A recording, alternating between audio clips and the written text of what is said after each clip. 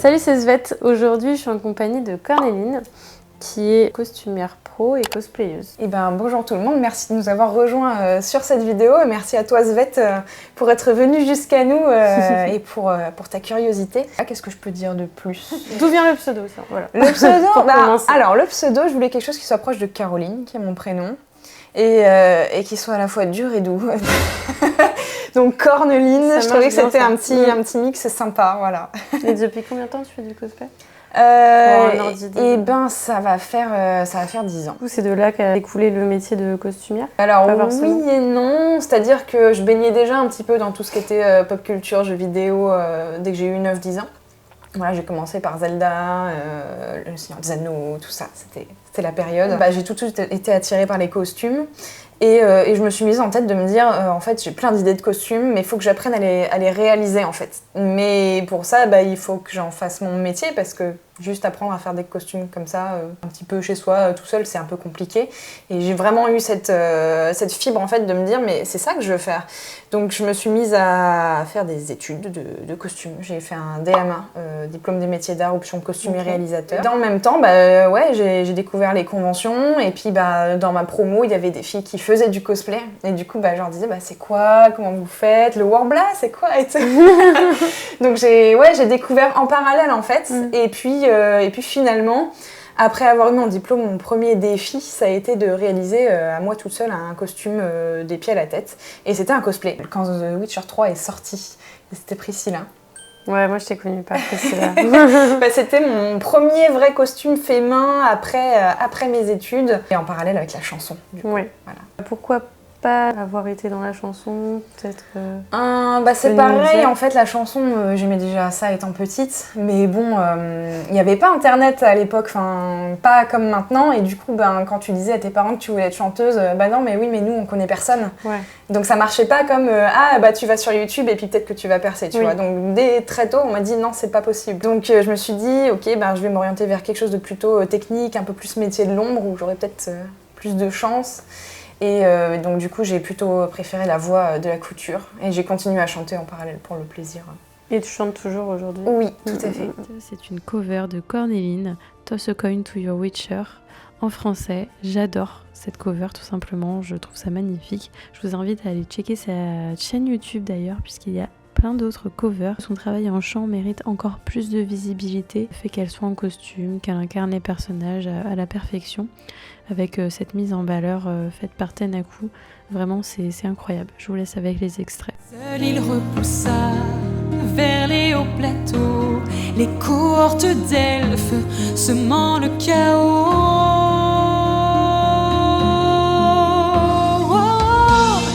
Traquant la vermine au péril de sa vie, cet ami de l'humanité a droit au répit.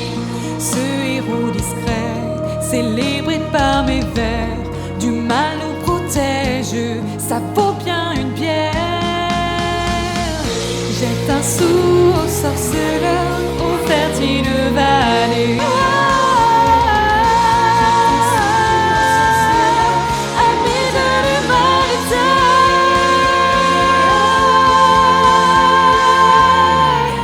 Est-ce que tu peux nous expliquer en quoi consiste ton métier de costumière pro et le lien qu'il y a aussi avec le cosplay aujourd'hui? Ok, alors moi mon métier je le pratique en tant que micro-entreprise, donc je suis auto-entrepreneur. Et donc mon quotidien en fait c'est de répondre à des clients qui viennent d'horizons assez variés. Je peux avoir des gens qui font du GN, des gens qui font du cosplay, je peux avoir des gens qui travaillent dans le gaming et qui ont besoin, je vais pas dire de mascottes, mais de personnages ou de costumes pour des publicités ou pour être sur des stands ou pour être en expo. Il y a vraiment beaucoup de variétés. Et mon métier, c'est de leur établir des devis, de voir un petit peu le cahier des charges de leurs demandes, de quoi ils ont besoin spécifiquement, qu'est-ce que je peux faire pour eux pour répondre à leurs demandes au plus proche, et de fabriquer. En fait, c'est moi qui cherche, c'est moi qui fais les patrons, c'est moi qui réalise, c'est moi qui fais les finitions et c'est moi qui livre.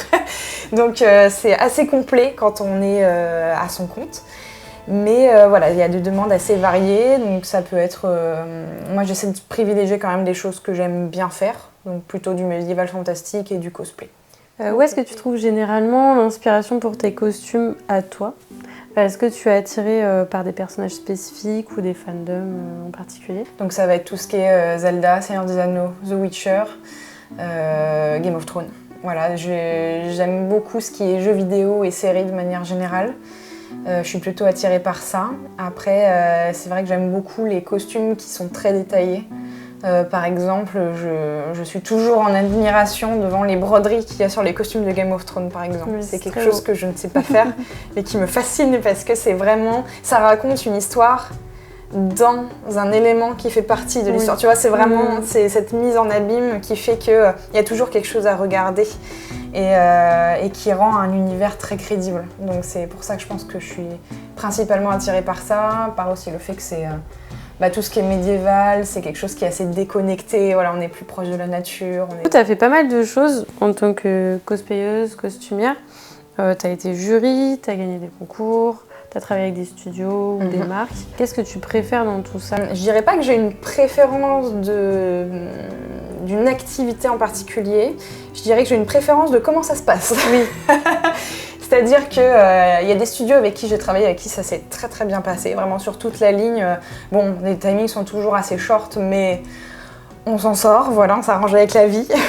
Et puis, des fois, il y a eu des demandes, je me suis dit, mais d'où ça sort et des choses qui étaient assez déconnectées de la réalité en termes de timing, en termes de budget. Je me suis dit, mais c'est assez irréalisable et soit j'y vais pas, tout simplement. Je me dis, bon, là, je vais me mettre plus dans la panade qu'autre chose, c'est non. Après, tout ce qui est jury, pareil, il y a des concours qui sont extrêmement bien passés, qui étaient très enrichissants en tant que jury, peut-être même encore plus qu'en tant que participant. Par exemple, la finale CFC, c'est extrêmement intéressant à juger parce que déjà, il y a beaucoup de gens qui se sont donnés à fond, qui ont été super créatifs. Tu vois l'envers du décor, la façon dont c'est noté, qu'est-ce que tu regardes en tant que jury, et donc du coup, quand tu voudras participer à un concours la prochaine fois, tu te diras, les jurys, regardons ça, parce que moi j'ai plutôt regardé ça, c'est comme ça que j'ai décomposé la chose pour pouvoir juger au plus juste et tout ça. Pouvoir assister au spectacle au premier rang et puis voir tout le monde se donner, ça te met vraiment des étoiles dans les yeux. Comme ça, ça devait être... C'est ça, c'est un cadre assez exceptionnel.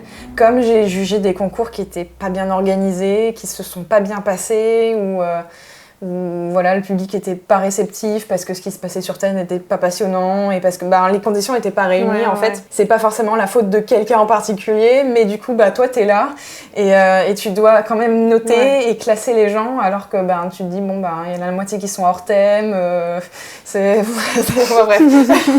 ça peut durer longtemps, mais donc du coup, c'est beaucoup moins agréable d'être jury dans ces conditions. Et puis après, gagner des concours, oui, c'est cool. Hein. Ouais.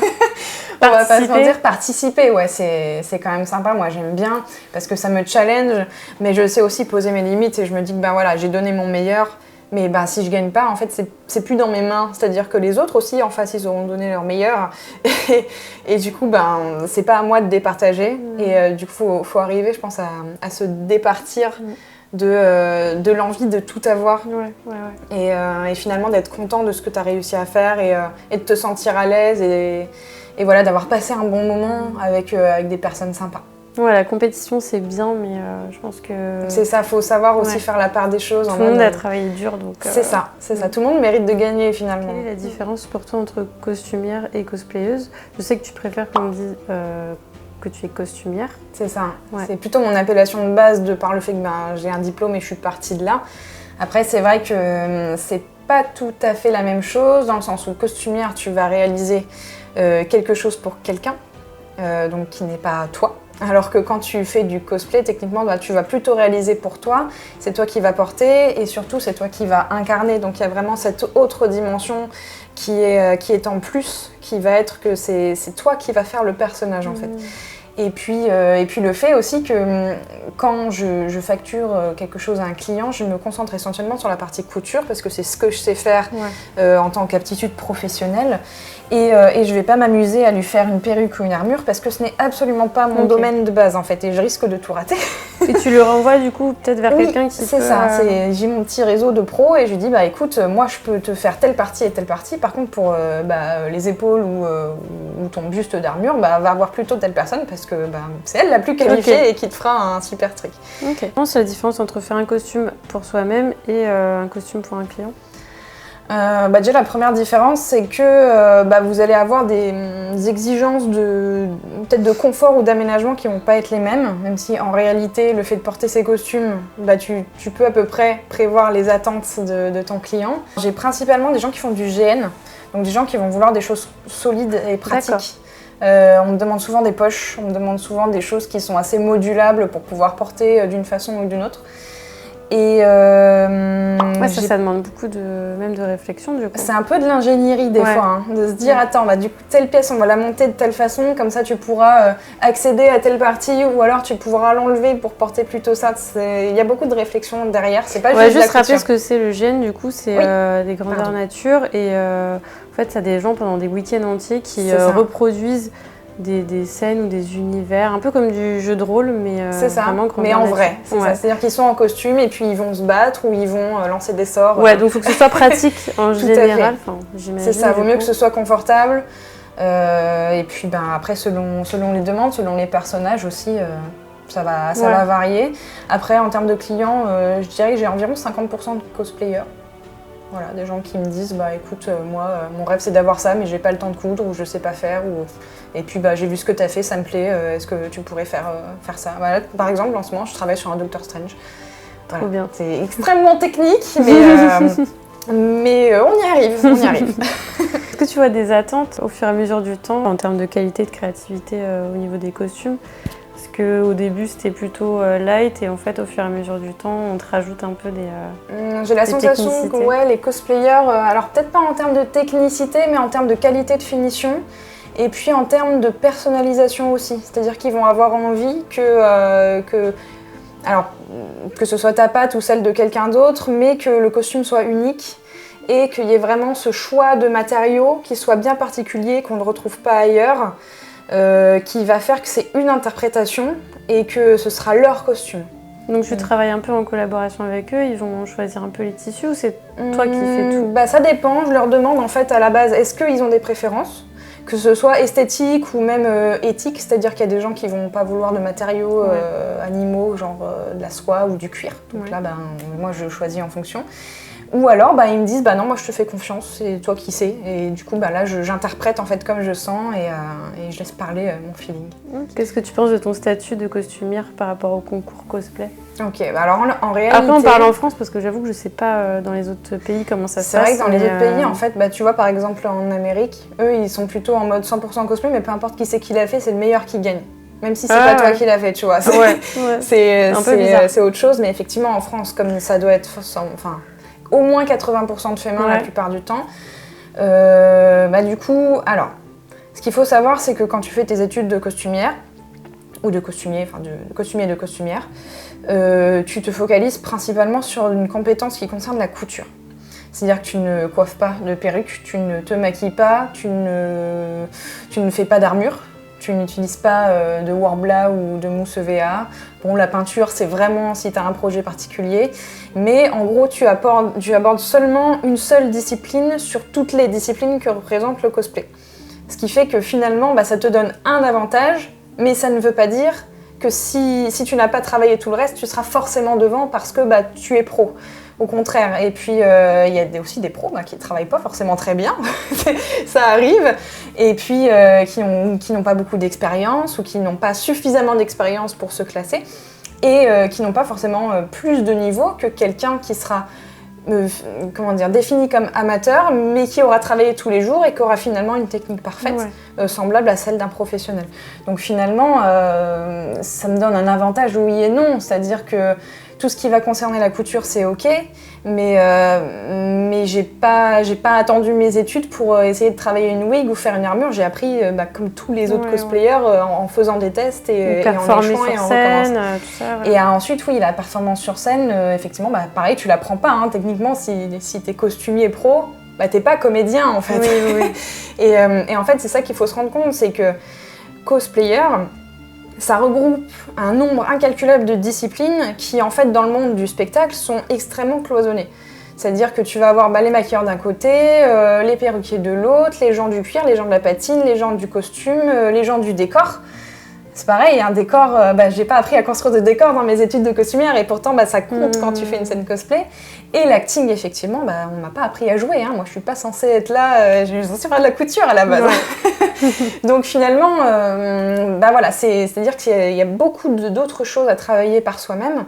Et voilà, c'est pas parce que tu es pro que c'est gagné. Oui, donc en fait, tous les gens qui hésitent, et en plus la plupart du temps dans le cosplay c'est des gens qui sont extrêmement talentueux qui hésitent, en fait faut y aller.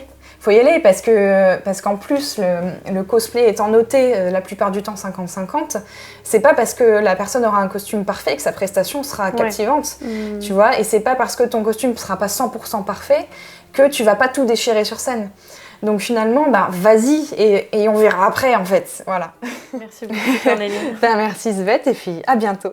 Et voilà, la vidéo est déjà terminée. Ça change puisque habituellement je fais des formats de 30 à 40 minutes voire plus et aujourd'hui il me semble qu'elle fait à peu près 16 ou 20 minutes.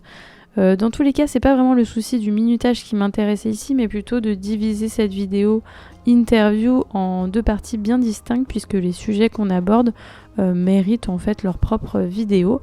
Donc ne t'inquiète pas, la 2e partie sortira très vite, la semaine prochaine. N'hésitez pas à aller checker les réseaux sociaux de Cornéline, elle a 2 comptes Instagram et je mettrai en barre d'infos son site internet ainsi que sa chaîne YouTube. Sur son site internet, vous pouvez lui demander un devis pour un costume si cela vous intéresse. Si la vidéo t'a plu, n'oublie pas de la liker et de la partager autour de toi. Ça me donnerait de la force et si ce n'est pas déjà fait, je t'invite à t'abonner à la chaîne pour ne rien rater. Quant à moi, tu peux me retrouver sur les réseaux sociaux et plus particulièrement sur mes 2 comptes Instagram qui s'affichent juste ici.